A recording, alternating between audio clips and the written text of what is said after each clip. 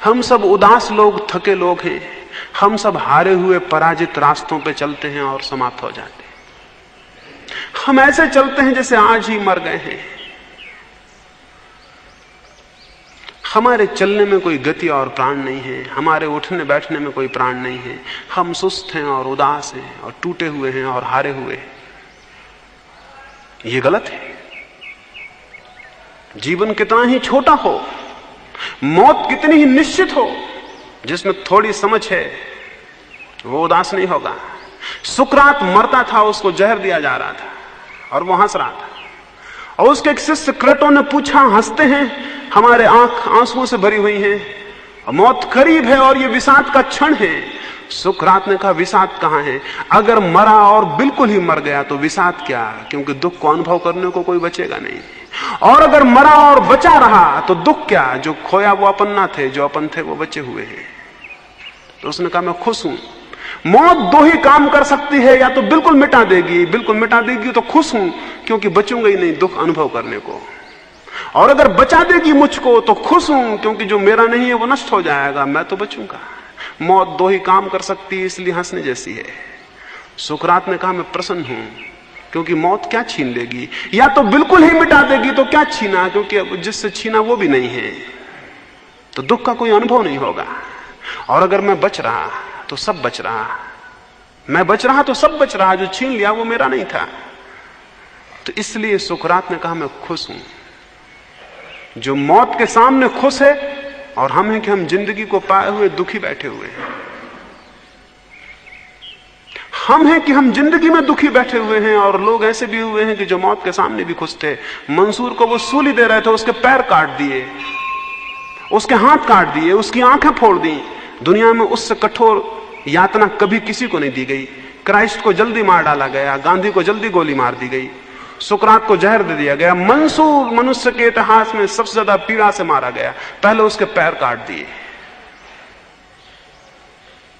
जब उसके पैरों से खून बहने लगा तो उसने खून को लेके अपने हाथों पर लगाया। भीड़ इकट्ठी थी, लोग पत्थर फेंक रहे थे। उन्होंने पूछा, ये क्या कर रहे हो? उसने कहा, वजू करता हूं। मुसलमान नमाज के पहले हाथ धोते। उसने अपने खून से अपने हाथ धोए, उसने कहा वजू करता हूं। उसने कहा, याद रहे मंसूर का ये वचन कि जो प्रेम की वजू है असली, वो खून से की जाती है, पानी से नहीं की जाती। और जो अपने खून से वजू करता है वही नमाज में प्रवेश करता है। लोग बहुत हैरान हुए कि पागल है। उसके पैर काट दिए गए, फिर उसके हाथ काट दिए गए, फिर इसको उन्होंने आंखें फोड़ दी, और 1 लाख लोग इकट्ठे हैं और पत्थर मार रहे हैं, और उसका एक एक अंग काटा जा रहा है। और जब उसकी आंखें फोड़ दी गई तब वो चिल्लाया कि हे परमात्मा, स्मरण रखना, मंसूर जीत गया। तो लोगों ने पूछा, क्या बात है, किस बात में जीत गए? उसने कहा, परमात्मा को कह रहा हूं कि परमात्मा स्मरण रखना, मंसूर जीत गया। मैं डरता था कि शायद इतनी शत्रुता में प्रेम कायम नहीं रह सकेगा, तो स्मरण रखना परमात्मा की मंसूर जीत गया, प्रेम मेरा कायम है।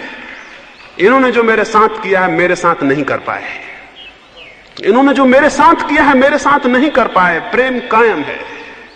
और उसने कहा, यही मेरी प्रार्थना है और यही मेरी इबादत है। उस वक्त भी हंस रहा था, उस वक्त भी मस्त था। लोग मौत के सामने खुश रहे हैं और हंसते रहे, और हम जिंदगी के सामने उदास और रोते हुए बैठे हैं। ये गलत है। कोई उदास रास्ते, कोई विषाद से भरा हुआ चित्त कोई बड़े अभियान नहीं कर सकता है। अभियान के लिए उत्फुल्ला, अभियान के लिए बड़े आनंद से भरा हुआ चित्त तो 24 घंटे उत्फुल्लता को साथिए। ये सिर्फ आदतें हैं। उदासी एक आदत है जिसको आपने बना लिया है। उत्फुल्लता एक आदत है, उसको बना सकते हैं। उत्फुल्लता को बनाए रखने के लिए जरूरी है जिंदगी का वो हिस्सा देखिए जो प्रकाशित है, वो हिस्सा नहीं जो अंधेरे से भरा है। मैं अगर आपको कहूं कि मेरा कोई मित्र है और ये बहुत अद्भुत गीत गाता है या बहुत अद्भुत बांसुरी बजाता है, आप मुझसे कहेंगे, होगा, ये क्या बांसुरी बजाएगा? इसको हमने शराब खाने में शराब पीते देखा है। मैं अगर आपसे कहूं कि मेरा मित्र है और बहुत अद्भुत बांसुरी बजाता है, तो आप कहेंगे, ये क्या बांसुरी बजाएगा? हमने इसे शराब खाने में शराब पीते देखा है। ये अंधेरा देखना है।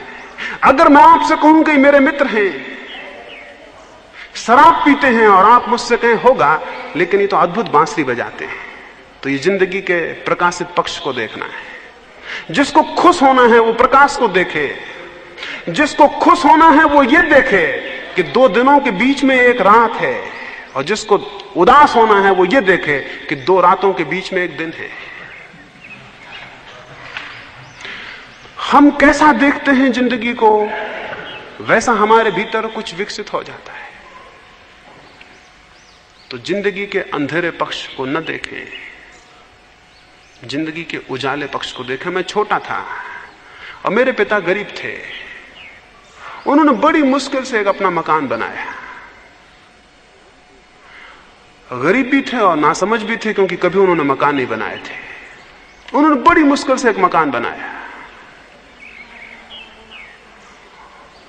वो मकान नासमझी से बना होगा, वो बना और हम उस मकान में पहुंचे भी नहीं, और पहली ही बरसात में गिर गया। हम छोटे थे और बहुत दुखी हुए। वो गांव बाहर थे, उनको मैंने खबर की कि मकान तो गिर गया, और बड़ी आशाएं थी कि उसमें जाएंगे, वो तो सब धूमिल हो गई।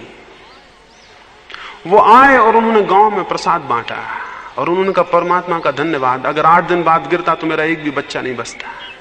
हम 8 दिन बाद ही उस घर में जाने को थे। और वो उसके बाद जिंदगी भर इस बात से खुश रहे कि मकान 8 दिन पहले गिर गया। 8 दिन बाद गिरता तो बहुत मुश्किल हो जाती। यूं भी जिंदगी देखी जा सकती है, और जो ऐसे देखता है उसके जीवन में बड़ी प्रसन्नता का उद्भव होता। आप जिंदगी को कैसा देखते हैं इस पर सब निर्भर है। जिंदगी में कुछ भी नहीं है, आपके देखने पर, आपका एटीट्यूड, आपकी पकड़, आपकी समझ, आपकी दृष्टि सब कुछ बनाती और बिगाड़ती है। आप अपने से पूछें कि आप क्या देखते हैं। क्या आपने एक भी ऐसा बुरे से बुरा आदमी देखा है जिसमें कुछ ऐसा ना हो जो साधुओं में भी मुश्किल होता है? क्या आपने ऐसा बुरे से बुरा आदमी भी देखा है जिसमें एक भी चीज ऐसी ना मिल जाए जो साधुओं में मुश्किल होती है? और अगर आपको मिल सकती तो उसे देखें, वो उस आदमी का असली हिस्सा है।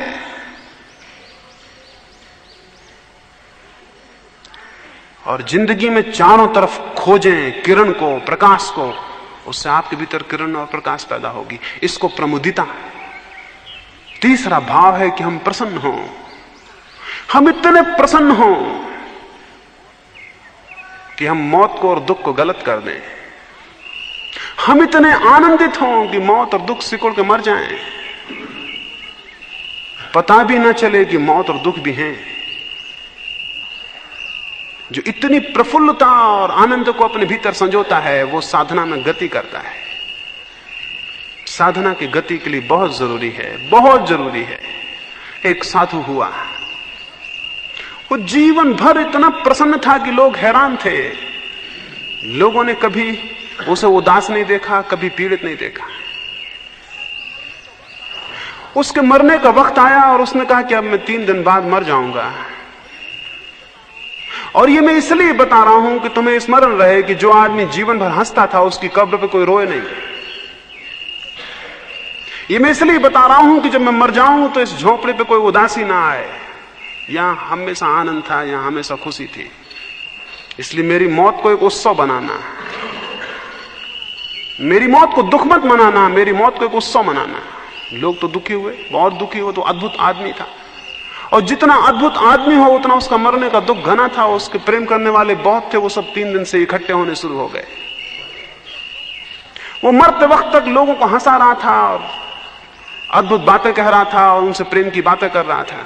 सुबह मरने के पहले उसने एक गीत गाया, और गीत गाने के बाद उसने कहा स्मरण रहे मेरे कपड़े मत उतारना, मेरी चिता पर मेरे पूरे शरीर को चढ़ा देना कपड़ों सहित, मुझे नहलाना मत। उसने कहा था, आदेश था, वो मर गया।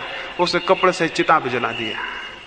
वो जब कपड़े से चिता पर रखा गया, लोग उदास खड़े थे, लेकिन देख के हैरान हुए। उसके कपड़ों में उसने फुलझड़ी और फटाके छिपा रखे थे। वो चिता पे चढ़े और फुलझड़े और फटाके छूटने शुरू हो गए, और चिता उत्सव बन गई, और लोग हंसने लगे। और उन्होंने कहा, जिसने जिंदगी में हंसाया वो मौत में भी हमको हंसा के गया है। जिंदगी को हंसना बनाना है, जिंदगी को एक खुशी और मौत को भी एक खुशी। और जो आदमी ऐसा करने में सफल हो जाता है उसे बड़ी धन्यता मिलती है और बड़ी कृतार्थता उपलब्ध होती है। और उस भूमिका में जब कोई साधना में प्रवेश करता है तो गति वैसी होती है जिसकी हम कल्पना भी नहीं कर सकते। वो तीर की तरह विकास होता है। बोझिल मन से जो जाता है उसने तीर में पत्थर बांध दिए। बोझिल मन से जो जाता है उसने तीर में पत्थर बांध दिए। तीर कहां जाएगा? जितनी तीव्र गति चाहिए हो उतना हल्का और भारहीन मन चाहिए। जितने तीर को दूर पहुंचाना हो उतना तीर में वजन कम चाहिए। और जैसे जितने ऊंचे पहाड़ चढ़ने हो उतना बोझ उसे नीचे छोड़ देना पड़ता है। और सबसे बड़ा बोझ दुख का और विषाद का है, उदासी का है। इससे बड़ा कोई बोझ नहीं है। क्या आप लोगों को देखते हैं वो दबे चले जा रहे हैं जैसे भारी बोझ उनके सिर पर रखा हुआ है। इस बोझ को नीचे फेंक दें और उत्फुल्लता के एक हुंकार करें और सिंहनाद करें और ये बता दें पूरे जीवन को कि जीवन कैसा ही हो उसमें भी खुशी और जिंदगी गीत बनाई जा सकती है। जिंदगी एक संगीत हो सकती है।